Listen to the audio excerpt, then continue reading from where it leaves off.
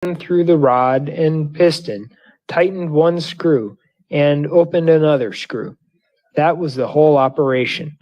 The foreman, examining the operation, could not discover why it should take as much as 3 minutes. He analyzed the motions with a stopwatch. He found that 4 hours out of a 9-hour day were spent in walking. The assembler did not go off anywhere, but he had to shift his feet, to gather in his materials, and to push away the finished piece. In the whole task, each man performed 6 operations. The foreman devised a new plan. He split the operation into 3 divisions, put a slide on the bench and 3 men on each side of it, and an inspector at the end. Instead of one man performing the whole operation, one man then performed only 1/3 of the operation. He performed only as much as he could do without shifting his feet. They cut down the squad from 28 to 14 men. The former record for 28 men was 175 assemblies a day.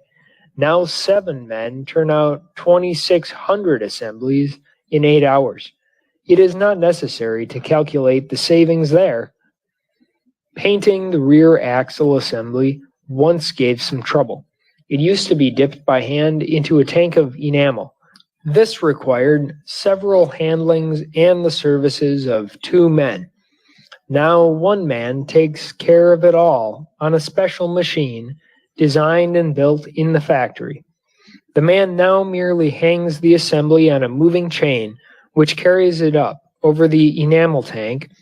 2 levers then thrust thimbles over the ends of the ladle shaft. The paint tank rises 6 feet, immerses the axle, returns to position, and the axle goes on to the drying oven. The whole cycle of operations now takes just 13 seconds. The radiator is a complex affair, and soldering it used to be a matter of skill. There are 95 tubes in a radiator. Fitting and soldering these tubes in place is by hand a long operation requiring both skill and patience. Now, it is all done by a machine, which will make 1,200 radiator cores in 8 hours. Then they are soldered in place by being carried through a furnace by a conveyor. No tinsmith work and no skill are required. We used to rivet the crankcase arms to the crankcase using pneumatic hammers, which were supposed to be the latest development. It took 6 men to hold the hammers and 6 men to hold the casings, and the din was terrific. Now an automatic press operated by 1 man, who does nothing else, gets through 5 times as much work in a day as those 12 men did. In the Piquet plant, the cylinder casting traveled 4,000 feet in the course of finishing. Now it travels only slightly over 300 feet. There is no manual handling of material. There is not a single hand operation. If a machine can be made automatic, it is made automatic. Not a single operation is ever considered as being done in the best or cheapest way. At that, only about 10% of our tools are special. The others are regular machines adjusted to the particular job, and they are placed almost side by side. We put more machinery per square foot of floor space than any other factory in the world. Every foot of space not used carries an overhead expense. We want none of that waste. Yet there is all the room needed. No man has too much room and no man has too little room. Dividing and subdividing operations, keeping the work in motion, those are the keynotes of production. But also, it is to be remembered that all the parts are designed so that they can be most easily made. And the saving? Although the comparison is not quite fair, it is startling. If at our present rate of production, we employ the same number of men per car that we did when we began in 1903, and those men were only for assembly, We should today require a force of more than 200,000. We have less than 50,000 men on automobile production at our highest point of around 4,000 cars a day. End of chapter 5. Chapter 6. Machines and Men. That which one has to fight hardest against in bringing together a large number of people to do work is excess organization and consequent red tape. To my mind, there is no bent of mind more dangerous than that which is sometimes described as the genius for organization. This usually results in the birth of a great big chart showing, after the fashion of a family tree, how authority ramifies. The tree is heavy with nice round berries, each of which bears the name of a man or of an office. Each man has a title and certain duties which are strictly limited by the circumference of his berry. If a straw boss wants to say something to the general superintendent, his message has to go through the sub-foreman, the department head, and all the assistant superintendents before, in the course of time, it reaches the general superintendent. Probably by that time, what he wanted to talk about is already history. It takes about 6 weeks for the message of a man living in a berry on the lower left-hand corner of the chart to reach the president or chairman of the board. And if it ever does reach one of these august officials, it has by that time gathered to itself about a pound of criticisms, suggestions, and comments. Very few things are ever taken under official consideration until long after the time when they actually ought to have been done. The buck is passed to and fro, and all responsibility is dodged by individuals, following the lazy notion that 2 heads are better than 1. Now, a business, in my way of thinking, is not a machine. It is a collection of people who are brought together to do work and not to write letters to one another. It is not necessary for any one department to know what any other department is doing. If a man is doing his work, he will not have time to take up any other work. It is the business of those who plan the entire work to see that all of the departments are working properly toward the same end. It is not necessary to have meetings to establish good feeling between individuals or departments. It is not necessary for people to love each other in order to work together. Too much good fellowship may indeed be a very bad thing, for it may lead to one man trying to cover up the faults of another. That is bad for both men. When we are at work, we ought to be at work. When we are at play, we ought to be at play. There is no use trying to mix the two. The sole object ought to be to get the work done and to get paid for it. When the work is done, then the play can come, but not before. And so the Ford factories and enterprises have no organization, no specific duties attaching to any position, no line of succession or of authority, very few titles, and no conferences. We have only the clerical help that is absolutely required. We have no elaborate records of any kind, and consequently no red tape. We make the individual responsibility complete. The workman is absolutely responsible for his work. The straw boss is responsible for the workmen under him. The foreman is responsible for his group. The department head is responsible for the department. The general superintendent is responsible for the whole factory. Every man has to know what is going on in his sphere. I say general superintendent. There is no such formal title. One man is in charge of the factory and has been for years. He has 2 men with him who, without in any way having their duties defined, have taken particular sections of the work to themselves. With them are about half a dozen other men in the nature of assistants, but without specific duties. They have all made jobs for themselves, but there are no limits to their jobs. They just work in where they best fit. One man chases stock and shortages. Another has grabbed inspection, and so on. This may seem haphazard, but it is not. A group of men, wholly intent upon getting work done, have no difficulty in seeing that the work is done. They do not get into trouble about the limits of authority because they are not thinking of titles. If they had offices and all that, they would shortly be giving up their time to office work and to wondering why did they not have a better office than some other fellow. Because there are no titles and no limits of authority, there is no question of red tape or going over a man's head. Any workman can go to anybody, and so established has become this custom that a foreman does not get sore if a workman goes over him and directly to the head of the factory. The workman rarely ever does so because a foreman knows as well as he knows his own name that if he has been unjust, it will be very quickly found out, and he shall no longer be a foreman.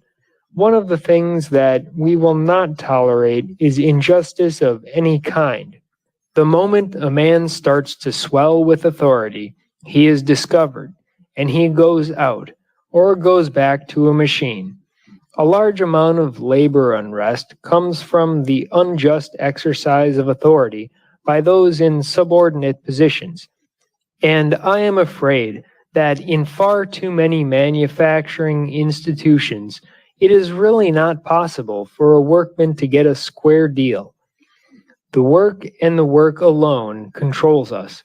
That is one of the reasons why we have no titles.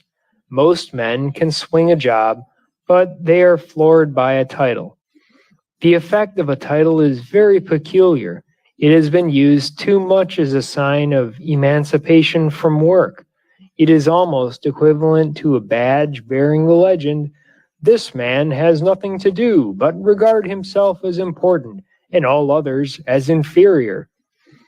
Not only is a title often injurious to the wearer, but it has its effects on others as well. There is perhaps no greater single source of personal dissatisfaction among men than the fact that the title bearers are not always the real leaders. Everybody acknowledges a real leader, a man who is fit to plan and command.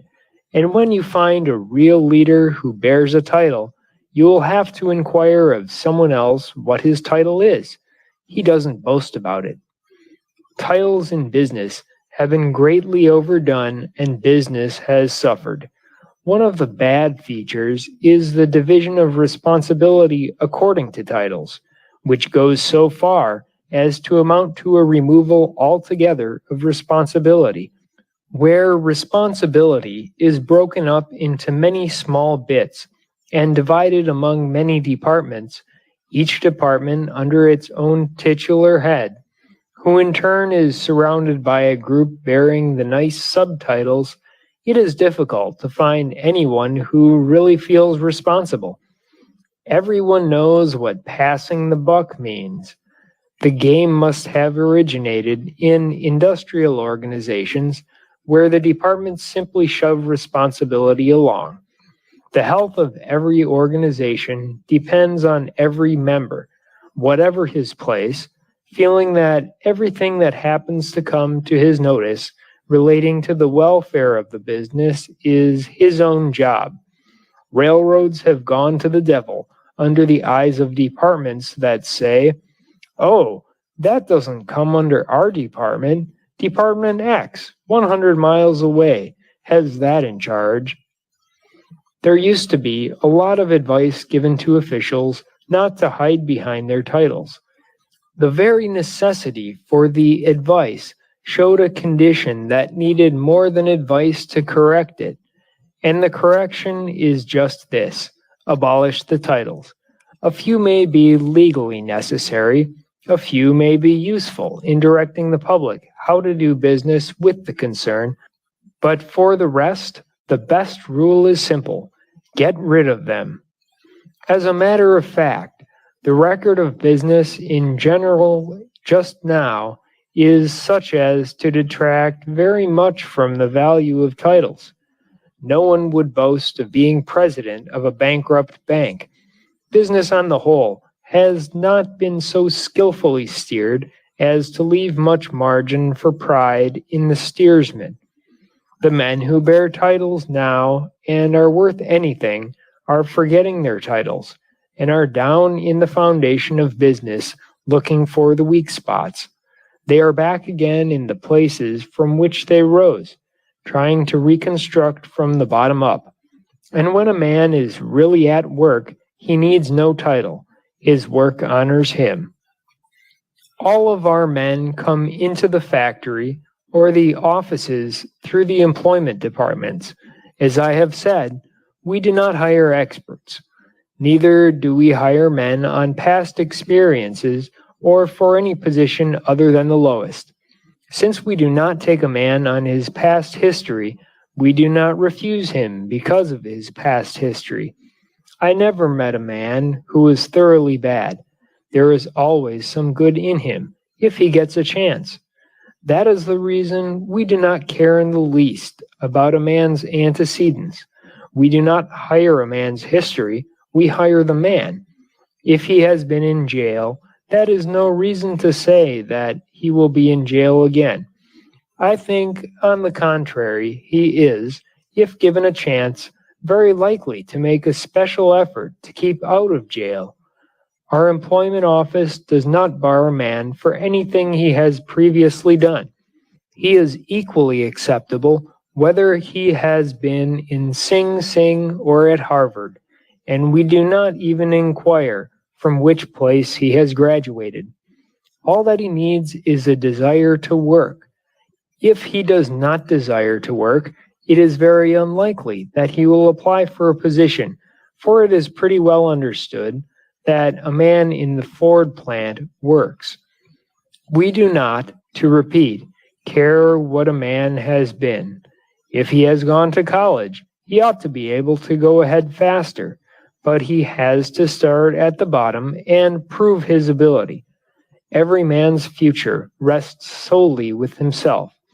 There is far too much loose talk about men being unable to obtain recognition. With us, every man is fairly certain to get the exact recognition he deserves. Of course, there are certain factors in the desire for recognition which must be reckoned with. The whole modern industrial system has swamped the desire so out of shape that it is now almost an obsession. There was a time when a man's personal advancement depended entirely and immediately upon his work, and not upon anyone's favor, but nowadays it often depends far too much upon the individual's good fortune in catching some influential eye. That is what we have successfully fought against. Men will work with the idea of catching somebody's eye. They will work with the idea that if they fail to get credit for what they have done, they might as well have done it badly or not have done it at all. Thus, the work sometimes becomes a secondary consideration. The job in hand, the article in hand, the special kind of service in hand turns out to not be the principal job. The main work becomes personal advancement, a platform from which to catch somebody's eye. This habit of making the work secondary and the recognition primary is unfair to the work. It makes recognition and credit the real job. And this also has an unfortunate effect on the worker. It encourages a peculiar kind of ambition, which is neither lovely nor productive. It produces the kind of man who imagines that by standing in with the boss, he will get ahead. Every shop knows this kind of man, And the worst of it is there are some things in the present industrial system which make it appear that the game really pays. Foremen are only human. It is natural that they should be flattered by being made to believe that they hold the weal or woe of workmen in their hands. It is natural also that, being open to flattery, their self-seeking subordinates should flatter them still more to obtain and profit by their favor. That is why I want as little as possible of the personal element. It is particularly easy for any man who never knows it all to go forward to a higher position with us. Some men will work hard, but they do not possess the capacity to think, and especially to think quickly. Such men get as far as their ability deserves. A man may, by his industry, deserve advancement, but it cannot be possibly given him unless he also has a certain element of leadership. This is not a dream world we are living in. I think that every man in the shaking down process of our factory eventually lands about where he belongs. We are never satisfied with the way that everything is done in any part of the organization. We always think it ought to be done better, and that eventually it will be done better. The spirit of crowding forces the man who has the qualities for a higher place eventually to get it. He perhaps would not get the place if at any time the organization, which is a word I do not like to use, became fixed, so that there would be routine steps and dead man's shoes. But we have so few titles that a man who ought to be doing something better than he is doing very soon gets to doing it. He is not restrained by the fact that there is no position ahead of him open, for there are no positions. We have no cut and dried places. Our best men make their places. This is easy enough to do, for there is always work, and when you think of getting the work done, instead of finding a title to fit a man who wants to be promoted, then there is no difficulty about promotion. The promotion itself is not formal. The man simply finds himself doing something other than what he was doing and getting more money. All of our people have thus come up from the bottom. The head of the factory started as a machinist. The man in charge of the big River Rouge plant began as a pattern maker. Another man, overseeing one of the principal departments, started as a sweeper. There is not a single man anywhere in the factory who did not simply come in off the street. Everything that we have developed has been done by men who have qualified themselves with us. We fortunately did not inherit any traditions, and we are not founding any. If we have a tradition, it is this: everything can always be done better than it is being done. That pressing always to do work better and faster solves nearly every factory problem. A department gets its standing on its rate of production. The rate of production and the cost of production are distinct elements. The foremen and superintendents would only be wasting time were they to keep a check on the costs in their departments. There are certain costs, such as the rate of wages, the overhead, the price of materials, and the like, which they could not in any way control, so they do not bother about them. What they can control is the rate of production in their own departments.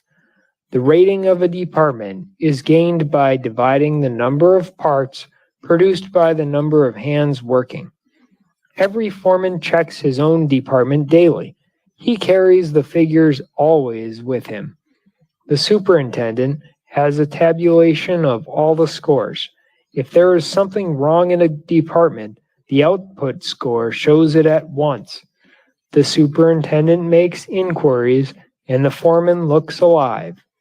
A considerable part of the incentive to better methods is directly traceable to this simple rule of thumb method of rating production. The foreman need not be a cost accountant. He is no better a foreman for being one.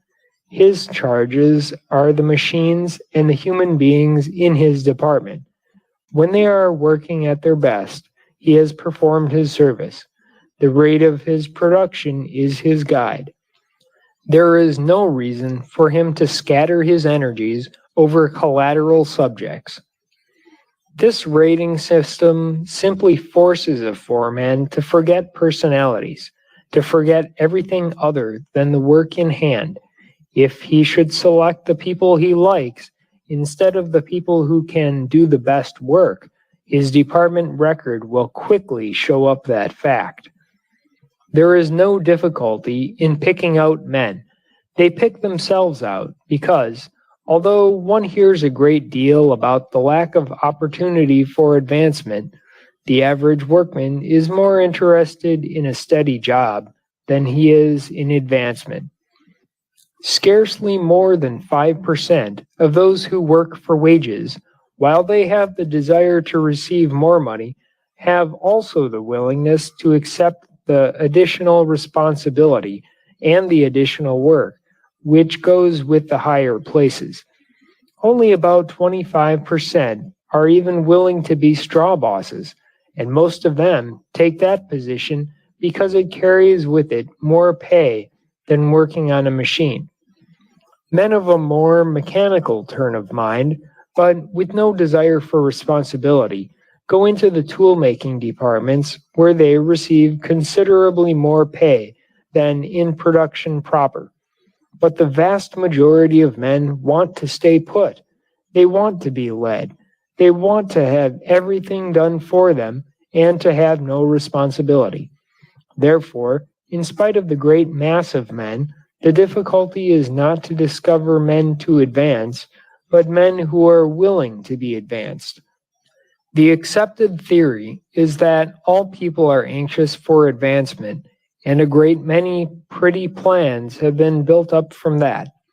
I can only say that we do not find that to be the case. The Americans in our employ do want to go ahead, but they by no means do always want to go clear through to the top. The foreigners, generally speaking, are content to stay as straw bosses. Why all of this is, I do not know. I am giving the facts. As I have said, everyone in the place preserves an open mind as to the way in which every job is being done.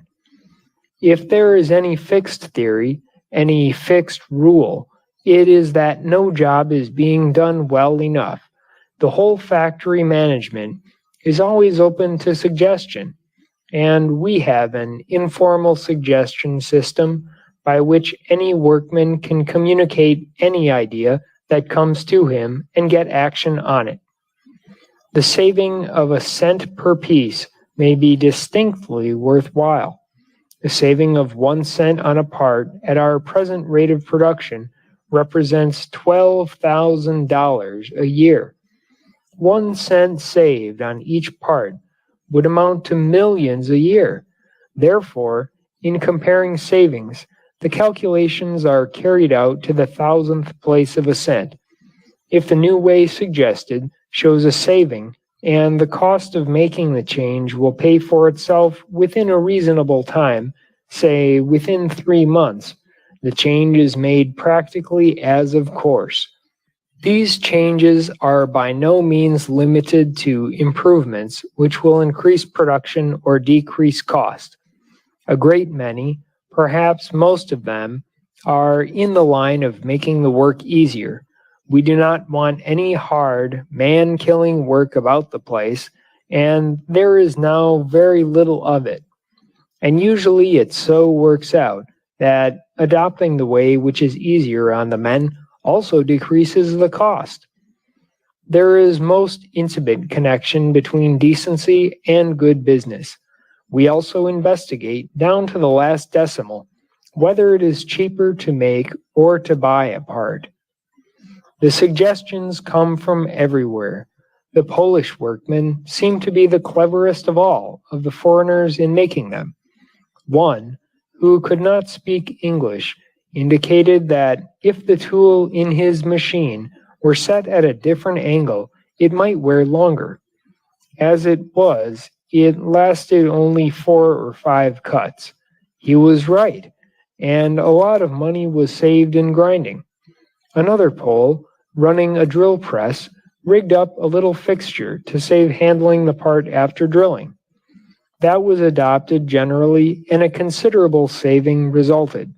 The men often try out little attachments of their own because, concentrating on one thing, they can, if they have a mind that way, usually devise some improvement. The cleanliness of a man's machine also, although cleaning a machine is no part of his duty, is usually an indication of his intelligence. Here are some of the suggestions. A proposal that castings be taken from the foundry to the machine shop on an overhead conveyor saved 70 men in the transport division. There used to be 17 men, and this was when production was smaller. Taking the burrs off gears, and it was a hard, nasty job. A man roughly sketched a special machine. His idea was worked out and the machine built. Now 4 men have several times the output of the 17 men and have no hard work at all to do. Changing from a solid to a welded rod in one part of the chassis effected an immediate saving of about $500,000 a year on a smaller than the present day production. Making certain tubes out of flat sheets instead of drawing them in the usual way effected another enormous saving. The old method of making a certain gear comprised 4 operations and 12% of the steel went into scrap. We now use most of our scrap, and eventually we will use it all. But that is no reason for not cutting down on scrap. The mere fact that all waste is not a dead loss is no excuse for permitting waste. One of the workmen devised a very simple new method for making this gear in which the scrap was only 1%. Again, the camshaft was to have heat treatment in order to make the surface hard. The camshafts always came out of the heat treat oven somewhat warped, and even back in 1918 we employed 37 men just to straighten the shafts. Several of our men experimented for about a year and finally worked out a new form of oven in which the shafts could not warp. In 1921, with the production much larger than in 1918, we employed only 8 men in the whole operation. And then there is the pressing to take away the necessity for skill in any job done by anyone. The old-time tool hardener was an expert. He had to judge the heating temperatures. It was a hit or miss operation. The wonder is that he hit so often.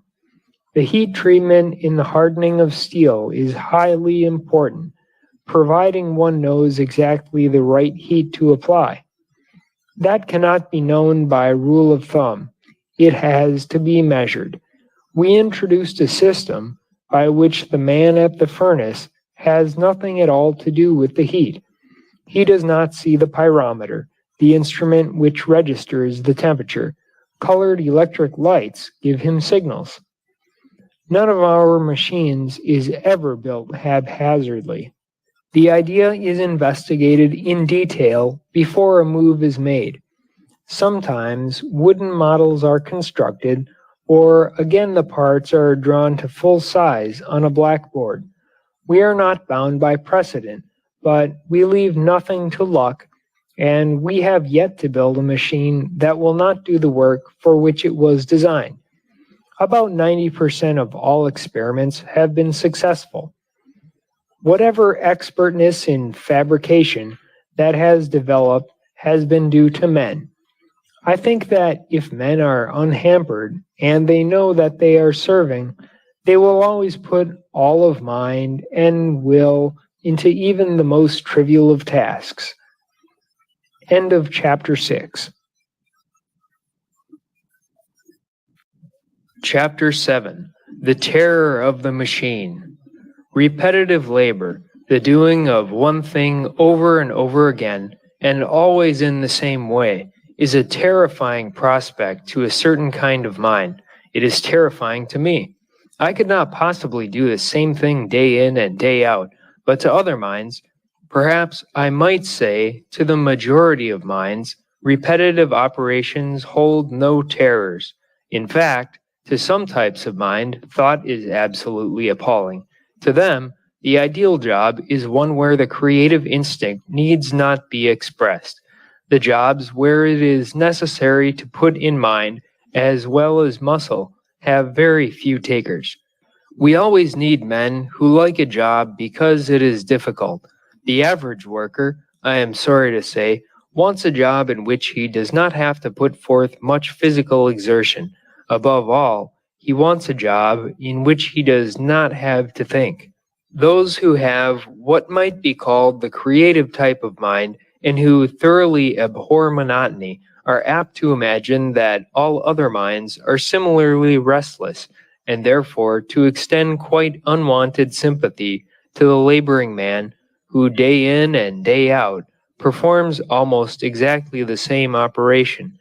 When you come right down to it, most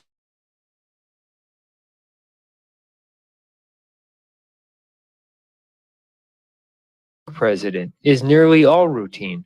The work of under officers and clerks in a bank is purely routine.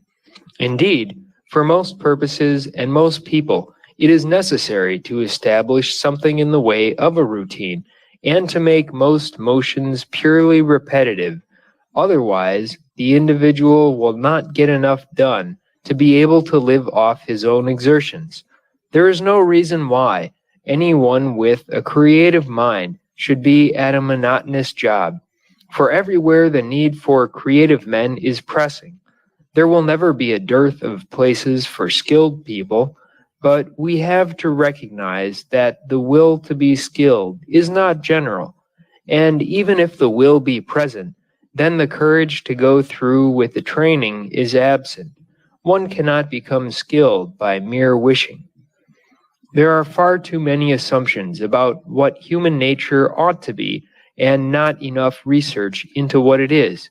Take the assumption that creative work can be undertaken only in the realm of vision. We speak of creative artists in music, painting, and the other arts. We seemingly limit their creative functions to productions that may be hung on gallery walls or played in concert halls, or otherwise displayed where idle and fastidious people gather to admire each other's culture.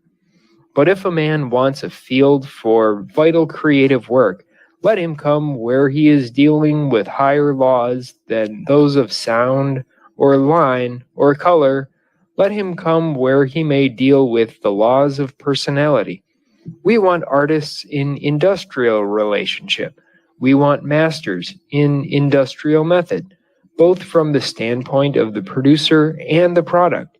We want those who can mold the political, social, industrial, and moral mass into a sound and shapely whole. We have limited the creative faculty too much and have used it for too trivial ends. We want men who can create the working design for all that is right and good and desirable in our life. Good intentions plus well thought out working designs can be put into practice and can be made to succeed. It is possible to increase the well-being of the working man, not by having him do less work, but by aiding him to do more. If the world will give its attention and interest and energy to the making of plans that will profit the other fellow as he is, then such plans can be established on a practical working basis. Such plans will endure, and they will be far the most profitable, both in human and